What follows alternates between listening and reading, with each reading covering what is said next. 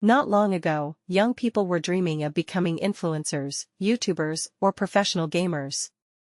Today, more and more of them want to be a wolf, a cat, a fox, or a dragon. And not metaphorically. Literally. Welcome to the world of furry, a subculture that quietly crept out of internet corners and grew into a global phenomenon.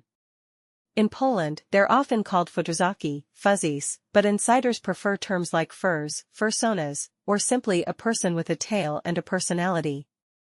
For some, it's weird. For others, it's a lifestyle, and for hundreds of thousands around the world, it's a serious identity. Don't believe it? Just look at the map.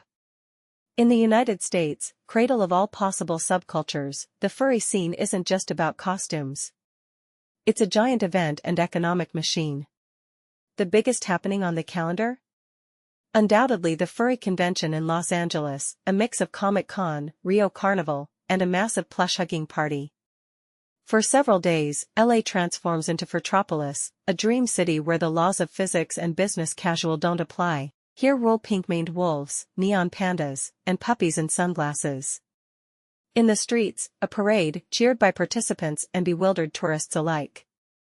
Some clap, some take selfies, others call their friends to confirm they're not hallucinating.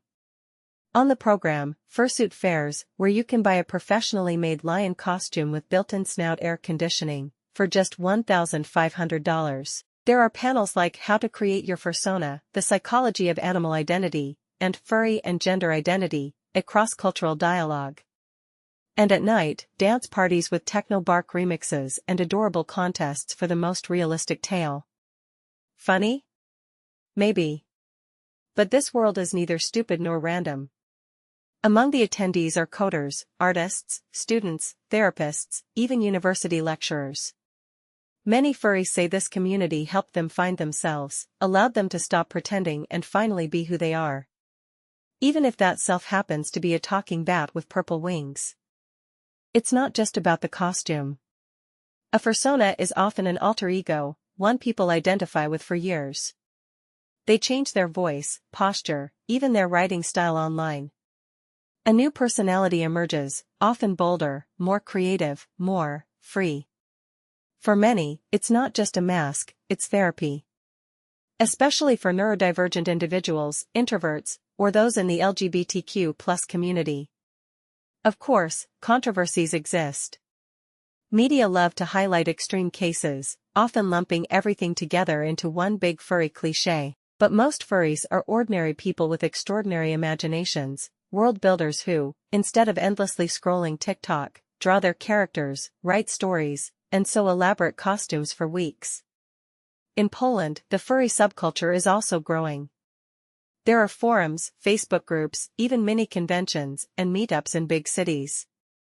If you see a guy in the park with fox ears and a tail, that's not cosplay.